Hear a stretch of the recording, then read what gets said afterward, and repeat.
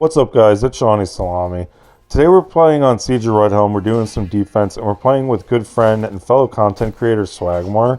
His channel is growing even quicker than mine, and I definitely think you guys should check him out because he goes for a funnier vibe, and he's got a good personality. But I think you'd like him because his videos are in a similar format to mine. And something me and him joke about is the Discord we met in. People would occasionally do tier lists of the regulars in there, like our friend group that was pretty large, and they would rank us. So like we would be in the first tier, and here we're gonna fight someone who's a much better player than me. I'm gonna get more on that in a second. It was kind of the story of this game, but there was always me, him, and one other guy. He would be first and I'd be second, and then the other person would be third. But I kind of disagreed with it because I would put him in a tier of player ahead of me, because he also does comp and he uses a lot of more variety of weapons and classes. He could play Raider just as well as Knight. This channel will be in the pinned comment. Definitely check that out. And if you guys are interested in my Discord, just give me a comment. I'll reply with it. No worries. It's usually in the pinned comments. That's why I bring that up. And as we get into the gameplay, there was something interesting going on in this one. There was a 4-stack of level 1000s on the other team. They also were on the other team in the game before this on defense, and they ended it early. So me and Swagmar are kind of going up against them right now. That's what it felt like, at least, because the lobby had a lot of pretty high levels, but we were probably, between the 6 of us, the best ones. But I would say all 4 of the guys they had were better than me. So it really kind of was fun to see us competing against them, in my head at least. Probably not them, because they're a pretty big time clan, so I think they're not really too concerned about guys like us. And as I'm watching this, I am off to a very cold start, and this is one of those guys. Like, those animations, I can't beat those guys one-on-one. But yeah, we're dying a lot off the bat. It turns around though. But it was just pretty tough to fight these guys. One-on-one, I don't think I stand a chance against any of them. So I have to do a good job, like I have been recently, of paying attention to positioning. But let's get into the gameplay.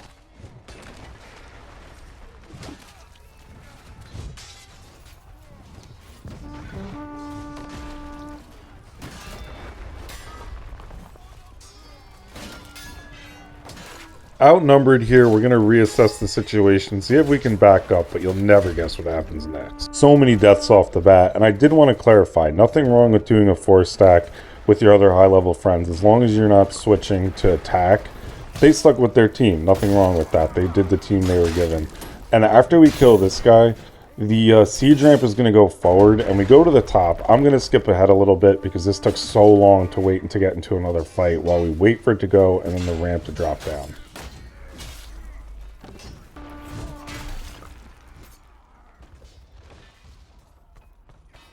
So now I'm just throwing myself at the gatehouse, not really mindlessly, but that's what it may look like, just because this is the cost of playing for the win. Sometimes you're going to have more deaths than someone that ignores the objective. So as we die here, because it's a little tough to see what's going on with all the stairs and stuff, we did start to turn it around now on the 10th stage. And it was also the team as well started to get a little better as the game went on.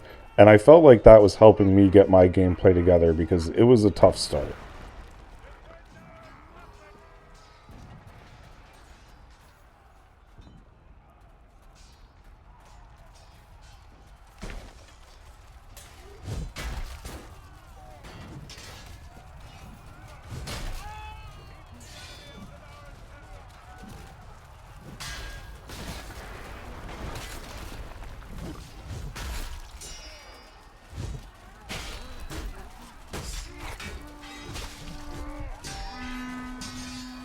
Right here, I'm just hanging on for dear life, trying to counter everything while I wait for backup to come and just survive. And it does get me a kill while Swagmar does come in with his heavy mace to help us out.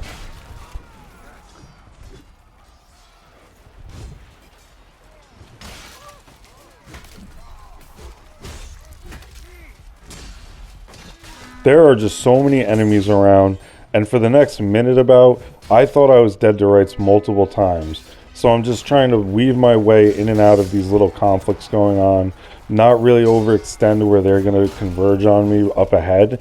And it was just really good awareness in like a tight kind of space, and I'm able to survive that whole little encounter there.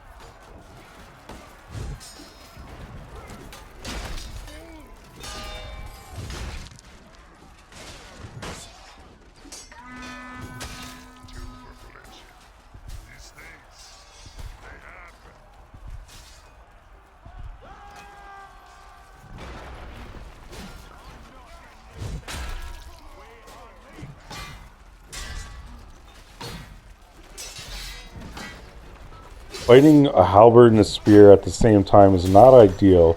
And now we're going to fight side by Swagmar, but that overhead had more range than I thought, and it's able to get me.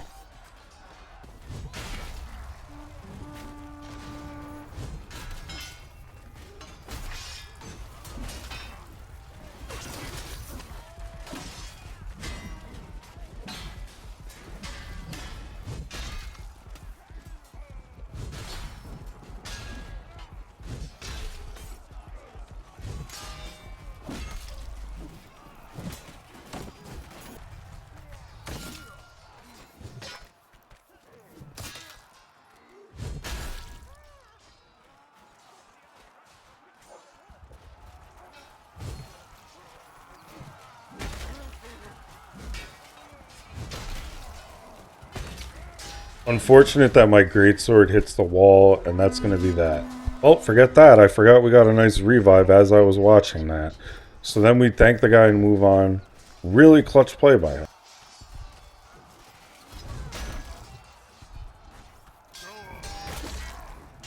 So the guy with the peasant cap is staying alive a really long time, even it looks like before I got there.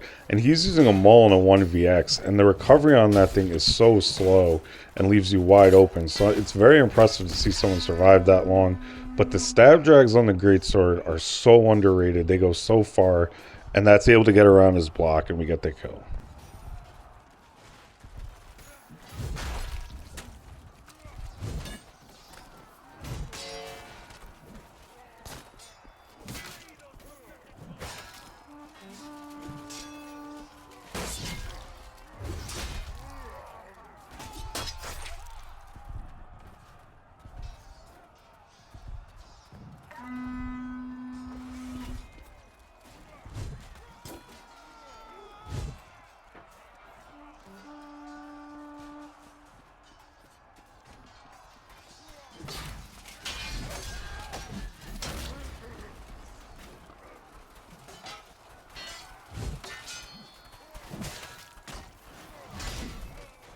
This was a cool little group fight here, 3 versus 3 about.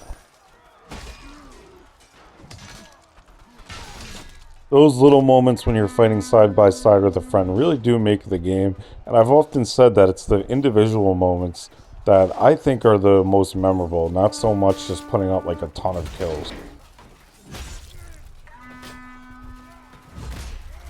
Well, after a long respawn timer, which I think is a bug, and then a long walk back, it's all worth it because of this.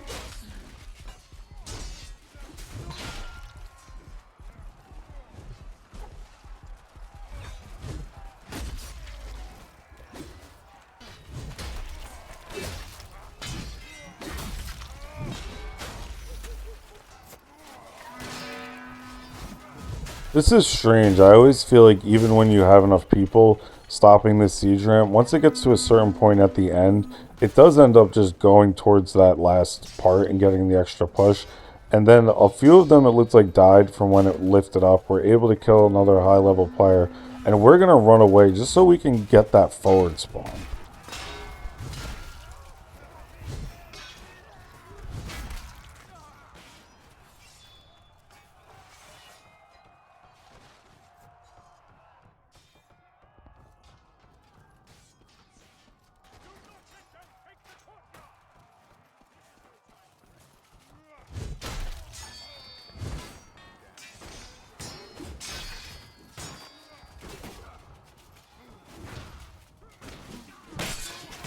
A lot going on here, and it is unfortunate you can't stab through your teammates now, just for moments like that, just because it is a little annoying when people are in the way and you could just get it done quicker. But I understand why they did it, because of all this weird stuff that was going on with people just hiding behind teammates.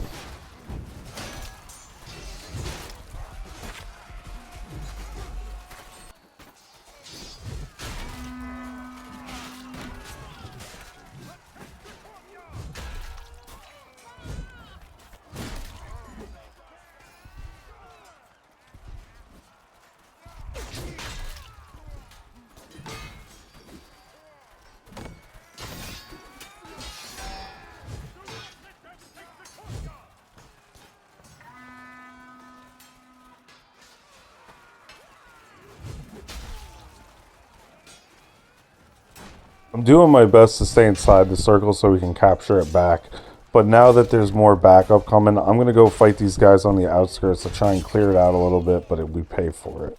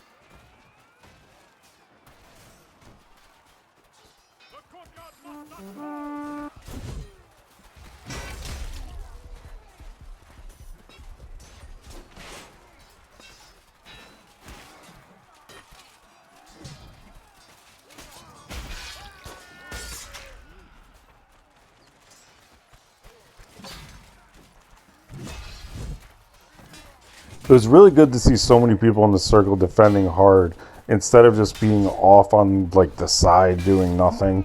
It is helpful sometimes to pick those guys off because they will push up eventually, and it does work out because we just have so many people in the circle that it really is making it easier.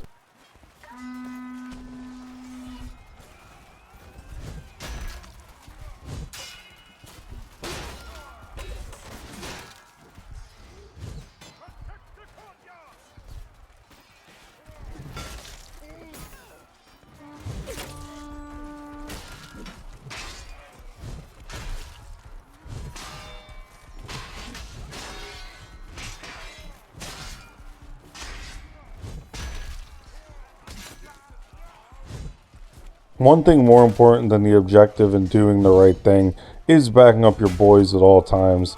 Unfortunately, though, we don't get there in time. Swagmar dies. We also run into the fire from a teammate. That was not his fault. He lost points for that. My bad, my guy.